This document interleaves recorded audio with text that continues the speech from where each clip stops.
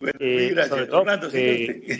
porque resulta que en la revista Sur, la publicación más reciente, eh, el subdirector de esta publicación y también catedrático universitario, Jaime Rendón, quien nos acompaña en este momento y lo estamos invitando a que habilite por favor su micrófono, pues plantea un artículo supremamente interesante sobre la jornada laboral y hace un análisis allí muy completo sobre el tema de la jornada laboral, incluso plantea unos escenarios muy audaces por el escenario que estamos viviendo de pandemia. Incluso habría empresas, por ejemplo, que tendrían que establecer horarios de 4 horas diarias, otras posiblemente unos horarios más largos, pero son situaciones que hasta ayudarían a generar más empleo. Con las buenas tardes, bienvenido, doctor Juan Manuel Jaime Rendón, y cuéntenos básicamente más detalles a propósito de este tema que es tan importante. Bueno, Orlando, ¿qué tal? Buenas tardes, noches a Gabriel y a Juan José. Muchas gracias por la invitación de nuevo. Muy grato estar con ustedes y con sus oyentes. Pues sí, con Juan Carlos Celi, que es el director del Departamento de Sociología de la Universidad Nacional, estábamos trabajando en una propuesta porque entre las inquietudes que tenemos es, hoy el país no sabe cuántos desempleados tenemos. ¿Hay algún escándalo con las cifras de abril? Ahora nos viene un escándalo mayor, porque es que, claro, en abril y en mayo nadie salió a buscar trabajo. Así es sencillo. Y recuerden que la metodología es, usted está buscando trabajo, ¿cierto? Si usted no está buscando trabajo, usted no es desempleado. Y si a eso le sumamos la población inactiva, eso ya nos está dando por lados de 13 millones de personas que estarían por fuera de los mercados laborales. Es una situación completamente abrupta. Eso es inexplicable lo que podamos hacer nosotros hacia el futuro con esos temas. Ahora, se dice entonces el problema es generar formalidad, pero ¿cómo el país ha buscado informalidad en los últimos años? Reduciendo el valor del salario. O sea, nos han engañado, para decirlo de manera directa, nos han engañado con las distintas reformas laborales porque nos han dicho, con una cosa muy ingenua, y es, si se reduce el valor del salario, seguro que los empresarios van a salir a contratar más trabajadores. Entonces hay que reducir el valor del salario y verán cómo los empleos aumentan. Pues se ha rebajado el valor del salario, pero los empleos no han aumentado de la manera en como necesitamos que aumenten. Entonces, si lo miramos por el DANE, nosotros tenemos una tasa de informalidad bastante alta, 47.8%, pero si lo miramos por los pagos de la seguridad social, podemos llegar a tasas que sin ningún problema bordean el 70, 68, 70%. Entonces, digamos que lo que con Juan Carlos estamos pensando es, seguimos desde 1936, desde la década de 1930, que llegamos a la jornada de 8 horas, de 48 horas a la semana, eso no lo tocamos. Es hora de tocar la jornada, porque la única manera de generar nuevos puestos de trabajo, a no ser que sea una expansión grande de la producción, en un país donde nos hemos generado en los últimos años desindustrialización y desruralización, la única manera es generar una reducción de la jornada laboral de tal manera que podamos generar muchos más empleos, podamos duplicar las jornadas. Y esto puede ser interesante además por muchas cosas. Uno, porque nosotros no nos estamos tomando en serio lo que es el tema de la cuarta revolución, de la inteligencia artificial, de la robótica. Miren, los cálculos que hacen los mismos centros de consultoría, incluso internacionales, es que Colombia destruirá, o mejor, reemplazará 2.800.000 empleos con robots los próximos 10 años. Eso es una barbaridad. O sea, ¿qué estamos haciendo nosotros para generar esos empleos, para poder contratar a esa gente? No va a ser tan fácil generar esos empleos, que es lo que el mundo ya se está dando cuenta. Esos empleos no es tan fácil reemplazarlos. Entonces, el mundo ya se está dando cuenta que tiene que rebajar la jornada.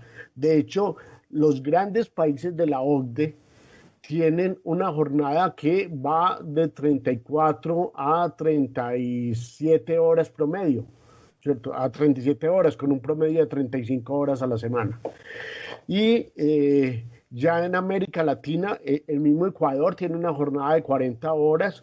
Chile también está estudiando ya la reducción de la jornada. O sea, esto es una cosa que ya se está estudiando en el mundo. Si nosotros pudiéramos tener una jornada de 36 horas, nosotros incluso podríamos tener turnos, que como lo estamos teniendo hoy, entre 8 y 12 horas, por ejemplo, que nos facilitaría tener más días disponibles para la gente. Entonces, supóngase, yo estoy en el comercio, yo puedo tener una jornada de 12 horas, vamos a poner solo un ejemplo. Quiere decir que yo puedo trabajar 3 días y yo puedo trabajar los otros 3 días con otro turno, o sea, yo ya estoy generando un nuevo puesto de trabajo. Eso nos implica un sacrificio y unos costos como sociedad y como empresa y como Estado. Sí, hay que asumir unos costos para poder seguir siendo viables como sociedad. Entonces, resulta que yo voy a trabajar 3 o 4 días a la semana.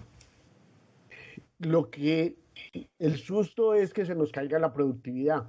Pues muy bien, los países que ya han hecho esto, lo que han demostrado, y lo acaba de hacer Japón el año pasado, a finales del año pasado lo hizo Japón, donde demostró que por el contrario, en vez de caer la productividad, la gente asumió unas metas de aumentar la productividad y lo aumentaron en un 39%. ¿Cierto? ¿Y eso por qué? Porque la gente siente más satisfecha, va a tener un día disponible a la semana para ocio, para hacer emprendimiento, para estudiar, para estar en familia, para lo que quieran. O sea, la idea con Juan Carlos es, ¿por qué no pensamos otro tipo de relaciones con el trabajo, otro tipo de jornada laboral que nos permita salirnos de las ideas que hemos tenido en los últimos 40 años y que nos llevan precisamente a la situación en donde estamos y que pensamos unas alternativas mucho más audaces? Doctor Rendón, todo eso me parece novedoso y además que podría ser una solución, pero yendo a la otra parte, ¿ganarían lo mismo o tendrían un salario mucho más bajo? Algunos países como los de la OCDE o el mismo Japón han sostenido los salarios. Y digamos que hay parte también de los criterios que como sociedad tengamos y la capacidad que tengan los mismos trabajadores para negociar eso. Nosotros estamos partiendo de que deberíamos mantener el nivel salarial y eso tendría unos costos anuales de entrada para la nómina, unos costos que si uno promedia los salarios pagados anualmente serían equivalentes a unos 31 billones de pesos. Eso es más o menos el 3% del PIB. Cuando uno lo mira así, uno dice, esto no es descabellado. O sea, el país podría hacer algunos esfuerzos y tener unas mejores condiciones de redistribución de la riqueza. Sí, Orlando. Sí, claro, este sería un escenario ahora en pandemia o ya estamos pensando también en un escenario post-pandemia. Esto es un escenario ya y post-pandemia.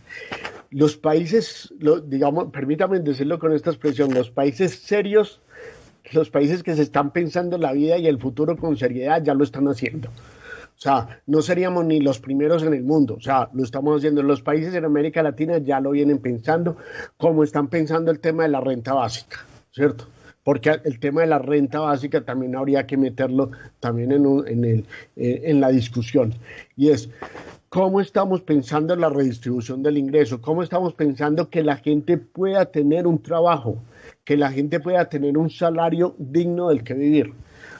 La preocupación, vuelvo y digo, es la productividad, pero los casos nos están mostrando que se genera una mayor productividad, que generamos unas relaciones distintas con el trabajo y con los compromisos con los que como sociedad tengamos. Si la gente tiene mayores trabajos, la gente puede salir a demandar más bienes y servicios.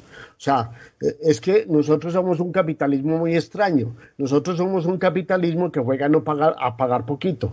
¿cierto? Miren que las grandes economías no juegan a eso. Las grandes economías tienen buenos salarios. Las grandes economías juegan a que la gente tiene una capacidad adquisitiva para poder salir a demandar los bienes y servicios que está produciendo. Nosotros pensamos al contrario, que lo que hay que hacer es ser poquito, tener una economía pequeñita, tener todas unas situaciones que son siempre de angustia. Ahora me preocupa también otra cosa. Usted al principio hablaba de la inteligencia artificial. ¿Y qué va a pasar con Robotino y Robotina?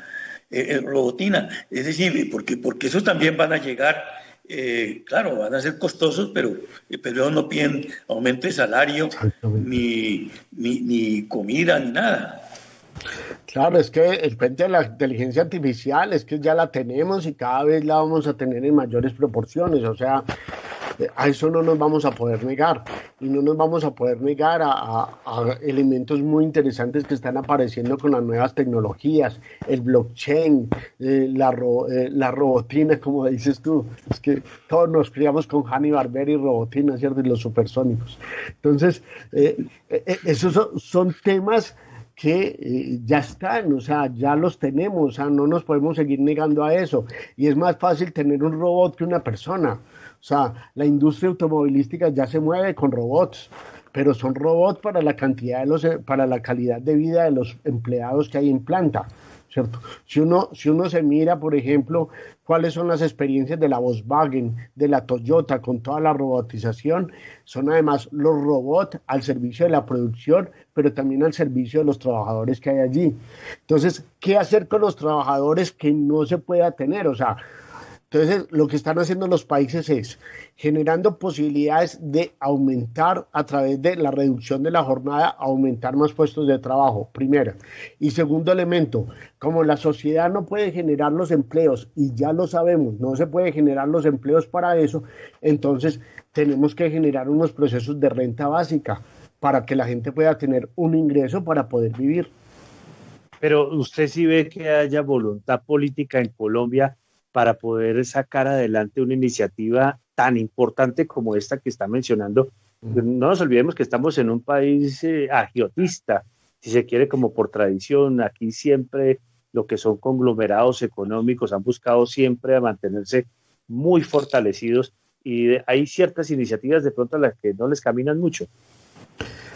En este país es muy difícil por lo que decíamos ahora, por eso que tú estás diciendo, Orlando, y por lo que decíamos ahora que siempre estamos pensando es que toda nuestra productividad y competitividad se basa en una reducción de salarios, en un abaratamiento y en una precarización del trabajo. Entonces, eso es una situación muy difícil. Yo lo que confío, y ahí soy un tanto optimista, es que toda esta crisis nos tiene que llevar a pensarnos distinto como sociedad, que estas crisis nos tiene que llevar a una dimensión distinta y a saber y enterarnos que los caminos que hemos tomado no son los correctos. Que hay veces, y yo que cuando entré estaba terminando el ex senador y el exministro Cristo, y escuchando ahora al profesor Juan, pues uno dice, claro, es que no hay muchas razones para ser optimista. O sea, ¿cuáles son las razones para ser optimista cuando el gobierno deliberadamente se le mete un palo entre la rueda al tema de la renta básica de emergencia, simplemente por llevarse o no los créditos, ¿cierto? O por no dejar que la bancada alternativa con el Partido Liberal y con otros partidos, pues llevan el rédito político. No, yo creo que el país tendrá que entender que esto no se trata de esas miserablezas políticas y que vamos a tener que pensarnos como sociedad y el futuro viable de nuestra sociedad. Yo sé que es muy ilusorio lo que estoy pensando, pero hay que pensarlo así para poder empezar a hacer políticas públicas distintas. Bueno, pues eso es lo que esperamos que salga después de esta pandemia y de ese COVID que nos tiene locos, pero en fin, pero usted ha dado unos toques bien interesantes que nos gustaría que profundizáramos un poco más la próxima semana o la siguiente, porque sobre ese tipo de cosas que es sobre las que hay que trabajar, porque nadie está en esto, nadie, absolutamente nadie. Esto que usted acaba de decir es como abrirle los ojos a este país.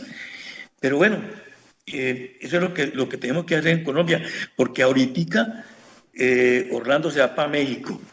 Entonces nos va a hablar de México y nosotros volvemos con una periodista que hizo algo prodigioso, que descubrió a los asesinos de su padre.